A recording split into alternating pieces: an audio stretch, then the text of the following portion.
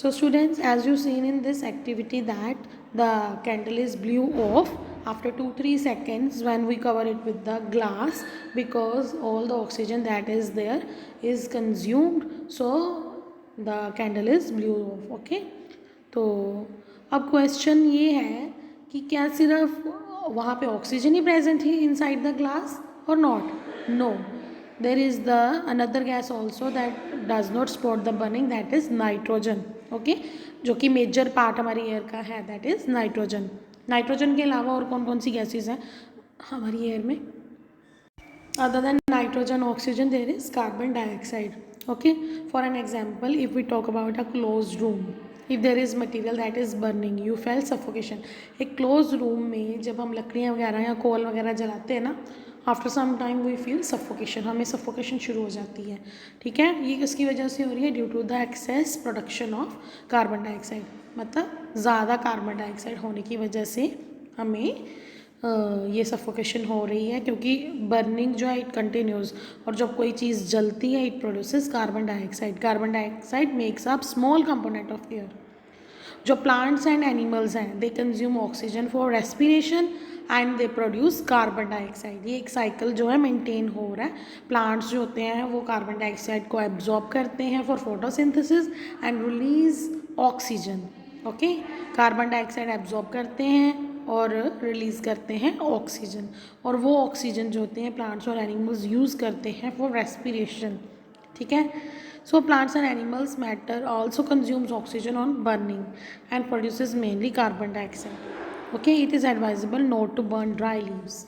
Dry leaves हो गए या डिस्कार्डेड रिमेन्स हो गए क्रॉप्स के, जो पोल्यूशन करते हैं. आपको पता है पराली वगैरह जलाने पे बहुत सारी सफोकेशन होती है, काला धुआं निकलता है ना, बहुत कुछ होता है. तो जो भी डेड रिमेन्स चाहे प्लांट्स और एनिमल्स की है ना, इनको जलाओ, वहाँ से कार्बन डाइऑक्साइड भी प्रोड्यूस होती है. ओके, इसलिए मना किया जाता है. और पता है इससे क्या हो रहा है? इससे ग्लोबल वार्मिंग भी होती है. Next is dust and smoke. Burning of fuel also produces smoke. अब अभी मैंने पराली की बात की, जब हम उनको जलाते हैं तो क्या होगा? कोई पराली जल रही है या लकड़ियाँ जलाते हैं हम, तो धुआं कितना होता है ना. तो स्मोक जो होती है ना, कहते हैं जब भी हम डस्ट मतलब किसी भी फ्यूल को जलाएंगे वहाँ से स्मोक निकलेगी, धुआं निकलेगा. स्मोक में बहुत सारी गैसेज हैं और डस्ट पार्टिकल्स हैं, और that are often harmful for us. ठीक है ना, that is why we see long chimneys in the factories. Factories वगैरह के ऊपर हमने देखा होगा बहुत लंबी चिमनीज होती हैं. This takes the harmful smoke and gases away from our nose but bring it closer to the birds flying up in the sky. So dust particles are always present in the air. ठीक है, सो activity 4 में क्या बताया गया था? Find a sunny room in your school home, close all the doors and windows, curtain pull down to make the room dark. और वहाँ से किसी जगह से ना ओपन द डोर, या डोर देख लो या कोई होल है अगर डोर वगैरह में, विंडो वगैरह में, जिसमें से सनलाइट पास हो रही है, तो आप वो बीम ऑफ लाइट में देख सकते हो बहुत सारे आपको डस्ट पार्टिकल विजिबल होंगे. तो ऑब्वियसली सब ने अपनी लाइफ में ऐसे ज़रूर देखा होगा डस्ट पार्टिकल्स कभी ना कभी, जब भी एक डार्क रूम में कहीं ना कहीं फाइन होल से बीम ऑफ लाइट एंटर करती है, the dust particles are visible to us, that is present everywhere. Okay, so आपने देखे हैं, do you see some tiny shining particles that are moving in the beam of sunlight? वो क्या है सारे particles? These are dust particles. During winters you might have observe similar beam of light filter through the trees. आपने trees में भी देखा होगा, इसको टिंडल इफेक्ट भी कहते हैं, in which the dust particles appear to dance merrily around. This shows that air contain dust particles. Presence of dust particles in air varies from time to time and place to place. Okay, जो metropolitan cities हैं या जितनी भी आप cities का और village का अगर कंपेयर करोगे ना, एटमॉस्फेयर और एयर क्वालिटी बहुत डिफरेंस होगा, क्योंकि सिटीज़ में बहुत सारी व्हीकल्स हैं, इंडस्ट्रियल एरिया होने की वजह से ये सारा पोल्यूशन बढ़ रहा है. ठीक है, विलेज जो होता है वो नेचर के करीब है, व्हीकल्स वगैरह कम रन हो. आजकल तो विलेजेस में भी बहुत सारे व्हीकल्स वगैरह हो गए, बट फिर भी अगर एयर क्वालिटी की बात की जाए, ग्रीनरी होने की वजह से या पॉल्यूशन कम होने की वजह से कहीं ना कहीं एयर क्वालिटी जो है वो विलेजेस की मच बेटर है as compared to the cities. Okay, we inhale air when we breathe through our nostrils. हम हमेशा सांस लेते हैं तो नाक के थ्रू हम सांस लेते हैं, तो आपने देखा होगा नोज़ में फाइन हेयर होते हैं और म्यूकस प्रेजेंट रहता है. ठीक है, जो प्रेजेंट इनसाइड द नोज़। तो ये किस वजह से होता है, ये जो बाल हैं, हाँ, ये क्या होते हैं, ये म्यूकस भी नोज़ में होता है। ये क्यों होता है, ये डस्ट, क्योंकि हम जब ब्रीथ करते हैं तो हमारी एयर में डस्ट पार्टिकल्स भी हैं जो हमारी बॉडी के अंदर एंटर कर सकते हैं, लेकिन ये हेयर जो होते हैं ये प्रिवेंट करते हैं these dust particles to get into our respiratory system. Okay, so we may conclude that air contains some gases, water vapors and dust particles. Okay, the gases in the air are mainly nitrogen, oxygen, small amount of carbon dioxide and many other gases. ठीक है, अब पहेली क्या कह रही है, पहेली wants to know why the transparent glass of windows if not wiped off regularly appears hazy. तो वो क्यों हेजी हो जाता है, अगर ट्रांसपेरेंट ग्लास को हम साफ़ नहीं करते हैं थोड़ी देर बाद वो डल दिखना शुरू हो जाता है due to dust particles. Okay, Pujo wants to know why during an incident of fire one is advise to wrap a woollen blanket over a burning object. क्योंकि ये जो वुलन ब्लैंकेट वगैरह होता है ना, ये क्या करता है, it cut off the supply of oxygen. और कोई भी चीज़ है जो उसको जलने के लिए क्या चाहिए, कौन सी गैस चाहिए, ऑक्सीजन।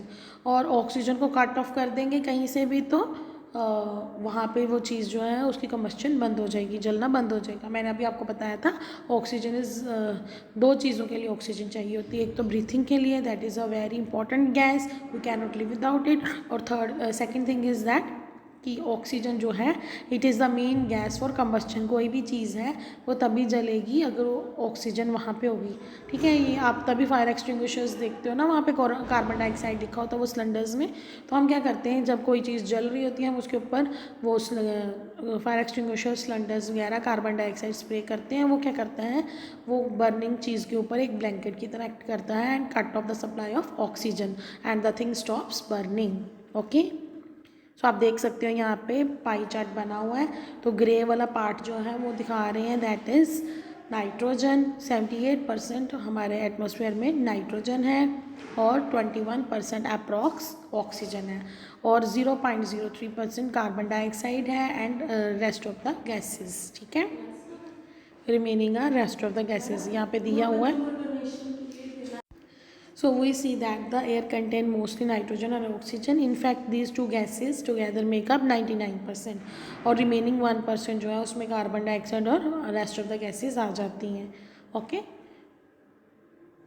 सो नेक्स्ट एक्टिविटी 5। तो क्वेश्चन है कि how does oxygen become available to the animals and the plants that are living in water and soil. तो उसके लिए हम क्या करेंगे, मतलब एक कंटेनर लेंगे, उसमें पानी रखें और उसको बॉयल करना शुरू करेंगे।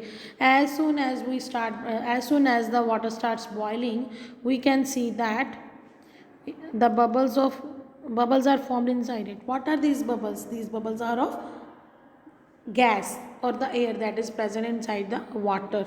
ओके, समझ आया।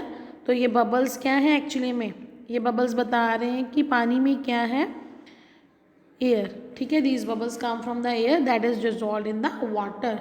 When you heat the water to begin with the air dissolve in escapes. Okay, तो आपने देखा होगा बबल्स जो होते हैं वो बाहर की तरफ आते हैं, सरफेस में आते हैं, बॉटम से सरफेस की तरफ आते हैं। As you continue heating the water itself turns into vapour, है ना। ज़्यादा उसको करेंगे तो वाटर ही कन्वर्ट हो जाएगा by the process of evaporation, है ना। तो water converts into vapours. So organisms जो वाटर में रहते हैं वो ऑक्सीजन लेते हैं in the dissolve form. Okay, water का फॉर्मूला होता है H2O, मतलब hydrogen, 2 atoms of hydrogen and 1 atom of oxygen, जो कि आप हायर स्टैंडर्ड्स में पढ़ोगे।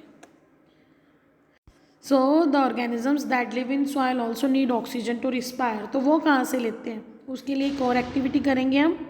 एक्टिविटी क्या करेंगे, पहले तो आपको पता है बारिश वगैरह होती है, आपने देखा होगा जितने भी इंसेक्ट्स वगैरह होते हैं, जस्ट स्नेल्स वगैरह होते हैं, अर्थवर्म होते हैं, दे कम आउट, है ना।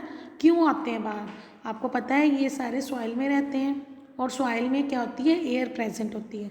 लेकिन जैसे बारिश होती है the air replaces with the water molecule. Okay, water takes the place of air.